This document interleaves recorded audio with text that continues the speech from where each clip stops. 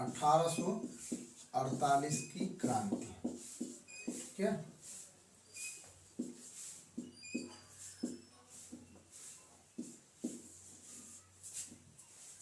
अठारह सौ अड़तालीस की क्रांति क्या है, देखिए 1830 की क्रांति समाप्त होती है। 1830 की क्रांति के बाद लुई फिलिप नया राजा बनता है।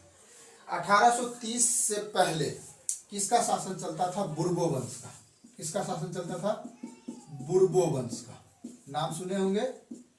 और 1830 में जो क्रांति हुई उससे बुर्बो वंश का अंत हो गया और एक नया वंश सामने आया जिसका नाम था आर्लेयंस, ठीक है, आर्लेयंस वंश।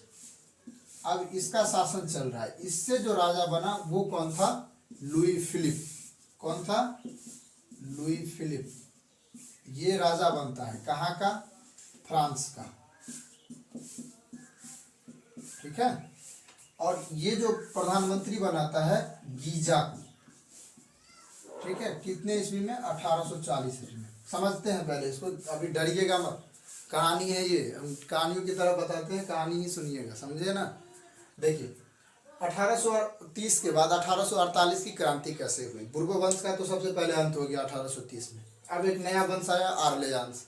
आर्लेयंस वंश में जो राजा बना उसका नाम था लुई फिलिप। लुई फिलिप राजगद्दी पे बैठता है। लुई फिलिप उदारवादी नेता था, मतलब वो भी ठीक ठाक आदमी था, वो जनता की भलाई के बारे में सोचता था, उतना नहीं, मतलब नाम के लिए ज़्यादा बुराई नहीं करता था, ये कहा जाता है उनके बारे में। तो लुई फिलिप को उदारवादी नेता माना जाता है, लगभग ठीक ठाक आदमी माना जाता है। इन्होंने 1840 में आते आते गीजा को प्रधानमंत्री बनाया। गीजा घोर प्रतिक्रियावादी।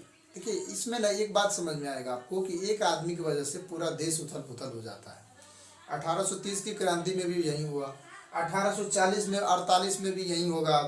गीजा को इन्होंने प्रधानमंत्री बनाया। गीजा बहुत हरामी आदमी था और गीजा ने क्या किया कि लोगों की भावनाओं को फिर से दबाने की कोशिश करी। इससे समस्याएं बढ़ रही थी, दिक्कतें फिर से आने लगी। अब संपूर्ण देशों में गीजा का विरोध होने लगा था। जो नेता लोग थे, उदारवादी नेता, सुधारवादी नेता, राष्ट्रवादी नेता, उन्होंने गीजा का विरोध करना स्टार्ट किया। और इसके विरोध में लोगों ने क्या किया, 22 फरवरी को एक भोज का आयोजन किया। किसका आयोजन किया, भोज का आयोजन किया। पहले भोज का प्रचलन हर जगह था, भारत में भी था, वहां पर भी था। तो भोज का आह्वान किया, ठीक है।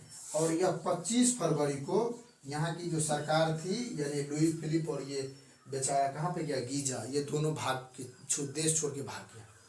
तो यही क्रांति जो है 1848 की क्रांति है। देखिए सुनने के लिए और कहने के लिए ना बहुत बातें हैं। जो यूट्यूब के जो बहुत सारे लोग हैं वो लेके आते हैं ऐसे करके PDF, पहले लिख देते हैं और उसको पूरा एक्सप्लेन कर देते हैं। आपके दिमाग में ठहरता कुछ नहीं है। हम उतना ही चीज़ों को बता रहे हैं जितना आप लिख सकते हैं, ठीक है ना। और फिर आप बुक में पढ़िएगा तो आपको और चीज़ अपने आप से समझ में आ जाएगी, और चीज़ ऐड कर लीजिएगा, ठीक है। क्योंकि अभी से आप मॉडल प्रैक्टिस करेंगे, क्वेश्चन बैंक प्रैक्टिस करेंगे, बहुत सारी चीज़ें देखेंगे तो आपको चीज़ें समझ में आ जाएगी, ठीक है। तो भटकिएगा नहीं, ये लोगों के पीछे मत रहिएगा कि नोट्स हमको दीजिए, ये दीजिए, वो दीजिए। मैं जैसा जैसा कह रहा हूँ वैसा वैसा करिए। और कुछ चाहिए और कोई दिक्कत हो तो आप हमें कमेंट कर दीजिएगा, धड़ाक से हम रिप्लाई दे देंगे, काम का होगा तो, ठीक है ना। तो यह घटना थी 1848 की क्रांति। अब समझ में आया।